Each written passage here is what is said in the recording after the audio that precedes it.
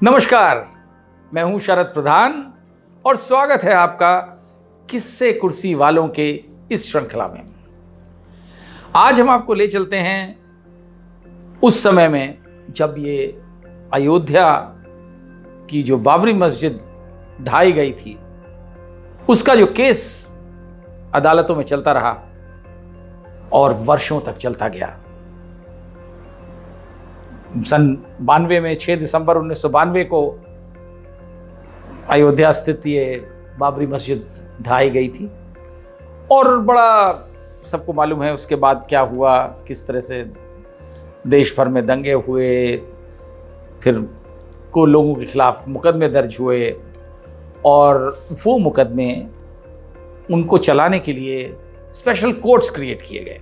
पहले तो जहाँ के कुछ लोगों को, जैसे अडवाणी जी और कुछ नेताओं को शुरू में नज़रबंद किया गया था, वो माता टीला डैम, वो ललितपुर झांसी की तरफ, तो पहले तो कोर्ट वहाँ पे स्थापित की गई। उसके बाद क्योंकि वहाँ वो तो टेम्पररी था, उसके बाद वो कोर्ट्स शिफ्ट करे गए अंतिम टाइम पे रायबरेली और लखनऊ में 2 कोर्ट्स बनाए गए, क्योंकि 2 FIRs थी, तो उसमें कुछ लोगों का मामला था रायबरेली कोर्ट के सामने, कुछ लखनऊ के सामने। इत्तेफाक से जिस तरह बहुत से पत्रकार वहाँ पे थे मौजूद 6 दिसंबर 1992 को, तो बहुतों से पूछा गया कि जो आंखों देखा हाल जिन्होंने, जो चश्मदीद गवाह थे वहाँ के, उन पत्रकारों से स्टेटमेंट्स लिए गए और बाद में कोर्ट ने उनको तलब किया अपना वर्जन देने के लिए। तो उसमें मैं भी था। हालांकि धीमे धीमे करके बहुत से पत्रकार जो हैं उससे हट गए थे, उन्होंने मना कर दिया कोई गवाही देने से, लेकिन मैं उसमें मौजूद रहा। और जब ये आज से समझ लीजिए लगभग 2014 की बात है, तब ये मामला एडवांस स्टेज में एकदम से, बीच बीच में तेज़ी पकड़ता था, फिर ठंडा हो जाता था। उस टाइम पे बड़ी तेज़ी पकड़ा हुआ था और 2014 में मुझे समन किया गया।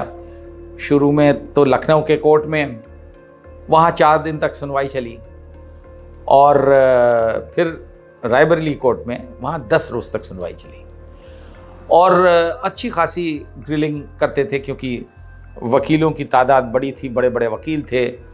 लाल कृष्ण अडवाणी को डिफेंड करने वाले मुरली मनोहर जोशी, उमा भारती, विनय कटियार और बीजेपी के बड़े बड़े दिग्गज नेता उस ज़माने के जो अक्यूज थे उस मामले में।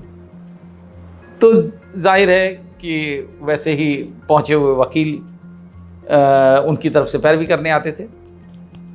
तो हम आपको ये बताना चाह रहे हैं कि देखिए, आप सोचिए 92 में ये मामला हुआ अयोध्या में, और केस जब 2014 में जब मुझे बुलाया गया कोर्ट में, तो मैं उस टाइम पे 47वां या 48वां गवाह था और टोटल गवाह करीब 700-800 आइडेंटिफाई किए गए थे, जो शॉर्टलिस्ट करते करते जा करके 250-250 पे फाइनली लास्ट स्टेज में ये करे गए थे, क्योंकि सबको ड्रॉप करते गए फिर वो। तो बहरहाल बताने में ये चाह रहा हूँ कि इतने वर्ष जो लगे, जजमेंट जा करके सबको बरी कर दिया गया, सारे अक्यूज थे वो बरी हो गए, वो 2020 में जा करके हुए, जब फाइनल ऑर्डर अयोध्या मंदिर के फेवर में सुप्रीम कोर्ट दे चुका था 19 में। उसके कुछ महीनों बाद ये वाले केसेस सब में सारे एक्यूज बरी कर दिए गए, दोनों केसेस में, लखनऊ और रायबरेली में। आप सोचिए, ये इतना इम्पोर्टेंट मामला और उसमें भी ये रफ्तार, तो वो जो कहा जाता है ना, justice delayed is justice denied, कुछ ऐसा ही इसमें प्रतीत होता था। लेकिन मैं आपको जो बताने जा रहा हूं वो ये कि समय इतना ज़्यादा कोर्ट्स में क्यों लगता है, ये मेरे व्यक्तिगत एक्सपीरियंस से मैं आपको बता रहा हूँ और आपको सुनाऊंगा कि किस तरीके से मामले में वकील सवालात करते हैं और किस तरह जवाब दिए जाते हैं और किस तरीके से जो है केसेस लिंगर ऑन करते रहते हैं, साल दर साल चलते रहते हैं। जब इतना बड़ा मामला इस रफ्तार पे चलता है तो बाकी भगवान ही मालिक। खैर, तो मैं आपको बताऊं, जब रायबरेली कोर्ट में, क्योंकि 10 रोज तक मेरी सुनवाई चल रही थी, मेरा क्रॉस एग्जामिनेशन हो रहा था, 7-8 वकील थे, वो करते थे क्रॉस एग्जामिनेशन और मैं उसका जवाब देता था। तो आपको सुन के ताज्जुब भी होगा और हंसी भी आएगी शायद कि किस तरीके के सवाल किए जाते हैं, जिसकी वजह से केसेस ये केस खास तौर से डिले होता गया। अब मुझसे पूछा गया कि साहब आप किस दिशा में खड़े थे जब आपने देखा, आपने जो आंखों देखा हाल सुनाया है, तो आप कहाँ खड़े थे? खैर, हमने उनको बताया कि फला बिल्डिंग के ऊपर हम यहाँ से खड़े थे, वहाँ से देख रहे थे किस तरह से ढाई जा रही है। तो बोले कि अच्छा आप किस दिशा में खड़े थे? तो हमने कहा साहब हम समझे नहीं दिशा का मतलब। बोले आप दिशा नहीं जानते? 5वीं क्लास का बच्चा जानता है दिशा, पूर्व पश्चिम उत्तर दक्षिण आपको पता नहीं है? तो मैंने कहा साहब ऐसा है कि मुझे पता होता कि आप 22 साल बाद मुझसे पूछेंगे कि किस दिशा में खड़े थे, तो मैं कंपास लेके जाता, तो मैं देख लेता कौन सी दिशा है, क्योंकि जरूरी नहीं है कि सूरज उगते हुए मैंने देखा हो कि पूरब से किधर से निकला था। तो बोले अरे, अब फिर मैंने कहा कि सुनिए, दिशा खाली पूरब पश्चिम उत्तर दक्षिण नहीं होती, दिशा दाएं बाएं आगे पीछे भी होती है। तो बड़े पचब्बे, मैंने कहा सीधे सीधे हम आपको बता दें, हम खड़े हैं और हमारे सामने ये हो रहा है, तो हमारे सामने की तरफ हुआ। हमने उनसे काउंटर क्वेश्चन कर लिया। हमने कहा आपको पता है जब अभी आप कोर्ट में एंटर हुए थे तो किस दिशा से आए? और आप लोग तो बहुत ज्यादा आते हैं कोर्ट, बराबर चल रहे हैं, सालों से चले आ रहे हैं, पता है आपको? तो सन्नाटे में आ गए। फिर सवाल पूछते हैं, अच्छा ये बताइए कि कितने कदम चल के गए थे आप बिल्डिंग में ऊपर चढ़ने के लिए?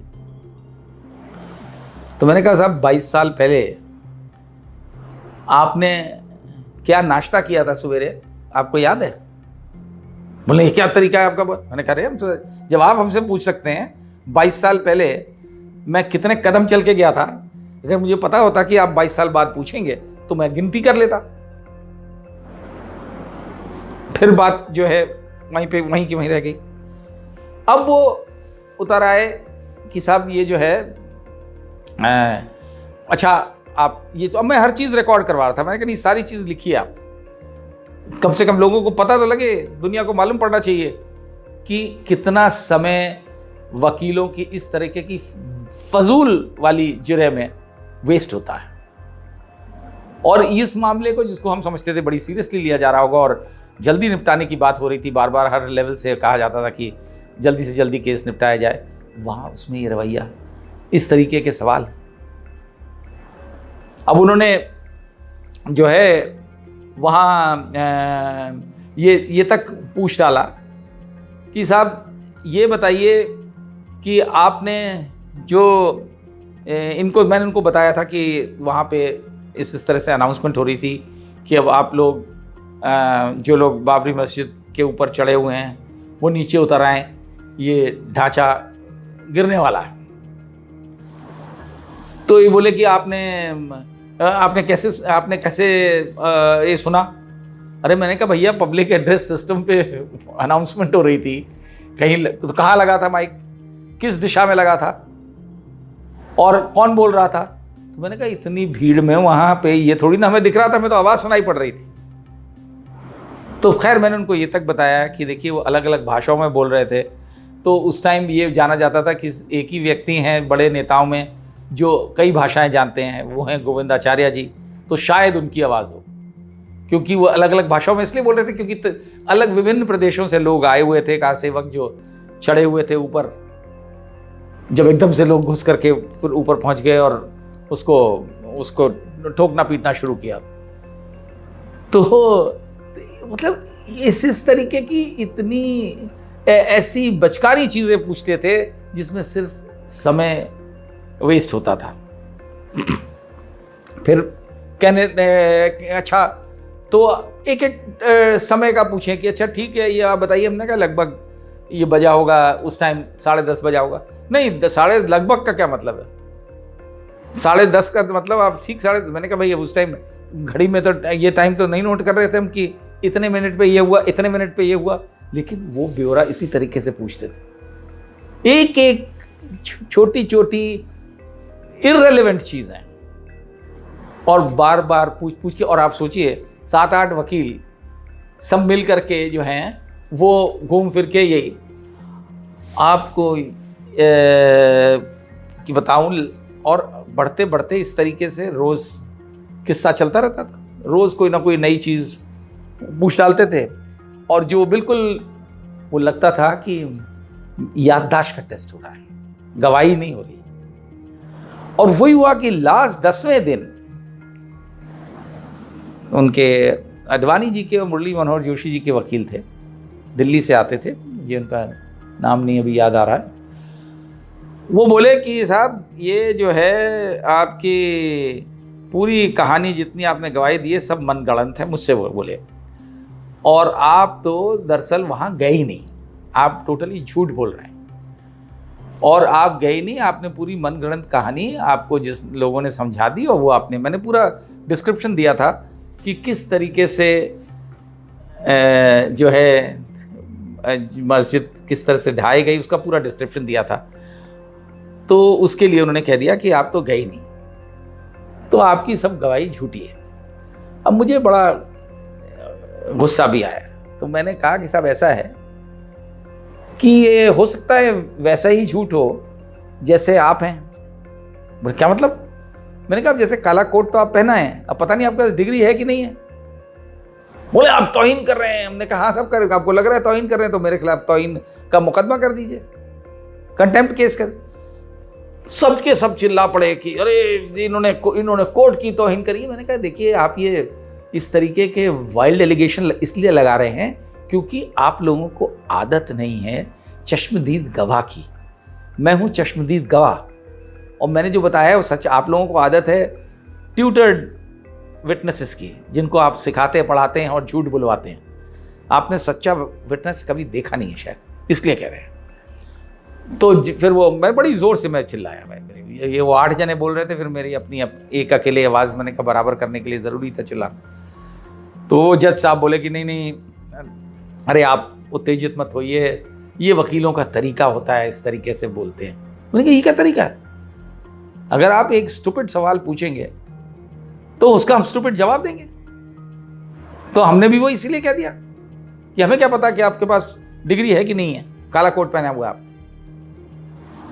तो आप सोचिए किस तरीके से इन चीज़ों में, और ये सब दर्ज है, ये कोई मैं हवा में नहीं बोल रहा हूँ। 88 पन्नों में रिकॉर्ड हुआ था, मेरी गवाही रिकॉर्ड हुई थी, और वो 88 पन्ने जो हैं अब मौजूद होंगे कोर्ट के रिकॉर्ड्स में। और उसमें लेकिन जो सबसे इंटरेस्टिंग, जो आई एम श्योर कि आप जानना भी चाहेंगे, उसमें जो मैंने डिस्क्राइब किया था उसका बिल्कुल एक एक स्टेप समझा करके कि किस तरीके से ढाई गई थी पूरा स्ट्रक्चर इतना 16th सेंचुरी का, वो मैंने जब बताया तो उस पे वो बड़ा उसको बड़ी सीरियसली लिया गया था कोर्ट में, क्योंकि वो डिस्क्रिप्शन किसी और ने शायद दिया नहीं था उस तरीके का। और हुआ यूँ था कि 6 दिसंबर से एक रोज़ पहले मैं वहाँ पीछे बाबरी मस्जिद के ठीक पीछे एक विश्व हिंदू परिषद का एक छोटा सा दफ्तर था, एक पुरानी सी बिल्डिंग में फर्स्ट फ्लोर पे। और क्योंकि उस ज़माने में ये पीसीओज नहीं होते थे और मोबाइल्स तो थे ही नहीं, तो वहाँ पे एक टेलीफोन अवेलेबल था जिससे मीडिया सेंटर कहा जाता था कि भाई मीडिया वालों को फ़ोन करना वहाँ से कर लें। तो हम लोग उसका इस्तेमाल करते। तो मैं वहीं लगभग 15 सीढ़ियाँ चढ़ करके ऊपर दफ्तर था। तो उन सीढ़ियों को चढ़ करके मैं जा रहा था, तो एकदम जब मैं पहुँचने लगा तो वहाँ से अंदर से कोई किसी की बात करने की आवाज़ आई, हाँ वसूलियाँ और बेलचे भेज दो, रात तक पहुँच जाने चाहिए। तो जैसे ही ये कहा तो मुझे एकदम वो जो जर्नलिस्टिक माइंड होता है तो उसमें एकदम से लगा कि ये कुछ मामला कुछ ये गंभीर है, ये वसूलियाँ और बेलचे क्यों मंगाए जा रहे हैं। तो मैं रुक गया और मैंने कॉन्वर्सेशन सुना उसका कि हाँ हाँ रात तक आ जानी चाहिए और जो पता बताया वहाँ पहुँच जाना चाहिए अयोध्या में। 200 बेलचे और 200 वसूलियाँ, तसले, कुछ इस तरीके की बात है। तो खैर मैंने उतनी देर में उसने फ़ोन रखा और मैं सीढ़ी पे जितने 4-5 स्टेप्स बाकी थे मैं चढ़ के गया और वो निकल गया। तो उसने मुझे नहीं देखा, मैंने उसे नहीं देखा। लेकिन वहाँ से फिर मैंने फ़ोन का इस्तेमाल किया और मैं रॉयटर्स के लिए, जो इंटरनेशनल न्यूज़ एजेंसी उसके लिए काम करता था, और मैंने वहाँ फ़ोन किया, उनको बताया कि आज ये हुआ, आज के दिन उस दिन की कार्रवाई थी, और उनको मैंने, और बात ख़त्म हो गई। हमने ये वाला किस्सा जो है नहीं बताया, हमने कुछ है लेकिन अभी उसको कंफर्म करना है, देखना है क्या है मामला। नेक्स्ट डे डिमोलिशन हो गया। उसके बाद जब ये, और डिमोलिशन जिस तरीके से हुआ उसमें बड़ा इंटरेस्टिंग था। वो जो बहुत मोटी मोटी दीवारें थी, 2-2, 2.5 फुट की दीवारें थी बाबरी मस्जिद की। तो अब लोगों ने उसमें उन दीवारों में जो नीचे के लेवल पे, जहाँ वो प्लिंथ लेवल जिसे कहते हैं, वहाँ पे दोनों तरफ से होल्स डिग करना शुरू करे। उधर से बेलचों से खोद रहे थे और इस तरफ से खोद रहे थे, तो दीवालों में पूरे में होल कर दिया। नीचे होल हो गया, कई थोड़ी थोड़ी दूर पे इस तरह के होल्स किए गए, कुछ मतलब जैसे वहाँ से किया एक 8-10 फुट, 10 फुट पे दूसरा होल किया गया। फिर मोटे मोटे रस्से, वो रस्से उस होल में डाले गए, और जैसे यहाँ इस तरफ से एक तरफ से डाला, दूसरी तरफ से उसको घुमा करके और दूसरे वाले होल से बाहर निकाला गया। अब रोप के दोनों एंड्स जो है रस्से के, वो चले गए नीचे की तरफ। बस इस तरह हाइट पे बनी हुई थी और नीचे हजारों की तादाद में लोग थे मौजूद। वो रस्से, अब जब ये दीवार में होल्स हो गए, अच्छा, और साथ साथ दीवार में जहाँ जहाँ होल किए गए थे वहाँ पूरी दीवार को, जो 2.5 फुट की दीवार थी, दोनों तरफ से उसको नैरो भी कर दिया गया, दीवार को पतला कर दिया गया, झिरियाँ काट काट के। तो क्या हुआ कि जो चौड़ी दीवार थी वो कम मजबूत हो गई, होल्स हो, उधर होल्स हो गए, इधर झिरियाँ कट गई। और रस्से से फिर जब लोगों ने उसको खींचा रस्से को, तो वो धड़ से पूरा ब्लॉक गिर गया, क्योंकि दीवार तो कमजोर हो चुकी थी और होल्स से के जरिए से, और ये जो पुल था लोगों का, सोचिए कितनी ताकत होगी जब रस्से हजारों लोगों ने पकड़े और खींच लिया, लंबे लंबे रस्से थे। और यही वजह थी, नहीं तो तमाम लोग सोचते थे कि इसको शायद गिराएंगे, क्योंकि इतनी मजबूत बिल्डिंग थी कि ऊपर जब वो वसूलियों से मारते थे, या लोगों वो भी तोड़ लाए थे, एंगल आयरन और पाइप साइप्स तोड़ तोड़ के ऊपर घुस गए, तो जब मारते थे तो स्पार्किंग होती थी, चिंगारी निकलती थी, प्लास्टर तक नहीं टूटता था, टुकड़े टुकड़ों में टूटता था। तो अगर ऊपर से तोड़ना शुरू करते तो कई रोज लगते, पता नहीं कितने दिन लगते, तोड़ते ही रहते उसको। तो ये टेक्निक जो अडॉप्ट करी गई थी, और इसका नरेशन शायद मेरे अलावा और किसी ने ये नहीं किया था, देखा और भी लोगों ने देखा होगा, शर्तिया देखा होगा। तो बहरहाल ये जो डिस्क्रिप्शन दिया गया उससे कोर्ट बड़ा कन्विंस था कि हाँ, आंखों देखा हाल ही बता रहा हूँ मैं। जब ये ढा दी गई और उसके बाद ये इस तरीके के जो पूरा डिस्क्रिप्शन हमने दिया उनको, तो अलावा इसके कि कोर्ट के समझ में आया एक बात जो हमने कोर्ट में बयान करी थी कि किस तरीके से, जहाँ से वो जो फ़ोन की पे बात करते हुए मैंने उस व्यक्ति को सुना, उसको सीबीआई ने बड़ी सीरियसली लिया और उसको ट्रेस करने के लिए वो मेरे पास आए कि आप ये बताइए, आप उसको पहचान सकते हैं उस आदमी को। मैंने कहा नहीं, पहचान तो नहीं सकता, क्योंकि हम कुछ सेकंड्स में उसने मुझे क्रॉस किया, मैं उससे क्रॉस करके वो नीचे उतर गया, मैं ऊपर चला गया। तो बोलने लगे कि नहीं, अब वो आपको वो पता हो कि उसने नंबर, मैंने कहा मैं कैसे जान सकता हूँ उसने नंबर क्या डायल किया, भाई उसने हमसे पहले फ़ोन, लेकिन एकदम से मुझे स्ट्राइक किया। हमने कहा सुनिए, मैंने सुना है कि अयोध्या में का जो एक्सचेंज, टेलीफोन एक्सचेंज है, उससे 6 दिसंबर से कुछ ही दिन पहले, शायद हफ्ते 10 दिन पहले इलेक्ट्रॉनिक किया गया था। और इलेक्ट्रॉनिक एक्सचेंज में ये फैसिलिटी है कि आप कॉल्स का वो निकलवा सकते हैं कि किन किन नंबर्स पे कॉल्स हुई। तो मैंने कहा मैं आपको वो नंबर बता सकता हूँ जो मैंने मिलाया था रॉयटर्स के ऑफिस में, और मुझे आज तक वो नंबर इसीलिए याद है शायद 3012024। उन्होंने कहा ये दिल्ली का नंबर है। इससे पहले वाला जो नंबर है ये उस शख्स ने बात करी है, चाहे उसके पास इनकमिंग कॉल आई हो चाहे उसने मिलाया हो। तो उससे आप देखिए बड़ी बड़ी इंटरेस्टिंग है, और सीबीआई की वर्किंग के बारे में भी ये शो करता है। उन्होंने उससे ट्रेस कर लिया वो कॉल करने वाले को, क्योंकि कहाँ से कॉल हुई, किसको कॉल हुई, उन्होंने दोनों जनों को अपने उसमें ले लिया कस्टडी में। और फिर उस पर जो भी उन्होंने फर्दर बिल्डअप किया कि किस तरीके से, और जो उन्होंने केस बनाया कि किस तरह से प्लान किया गया था, तो उसमें ये इम्पॉर्टेंट पार्ट बन गया था इसी कारण। और शायद इसी वजह से मैं भी कुछ महत्वपूर्ण विटनेसों में से एक हो गया। तो यूं चलती रही अयोध्या मामले की सुनवाई अदालत में सालों साल तक। अब आप खुद सोच सकते हैं कि जब अयोध्या जैसे महत्वपूर्ण मामले की सुनवाई में इतने वर्ष लग सकते हैं, तो आम लोगों के साथ अदालतों में क्या होता होगा, कितना वक्त जाया जाता होगा इस तरीके के फजूल सवालों में। वैसे कहने को तो कहा जाता है कि अदालतें तारीख पे तारीख लगाती रहती हैं, लेकिन ये भी सच है कि समय बहुत सा वेस्ट होता है फजूल के सवालों में, फजूल के चीज़ों में, जिसमें वकील भी उलझा देते हैं। आज के लिए इतना ही। अगली बार फिर मिलेंगे आपसे किसी नए किस्से के साथ, किस्से कुर्सी वालों के में।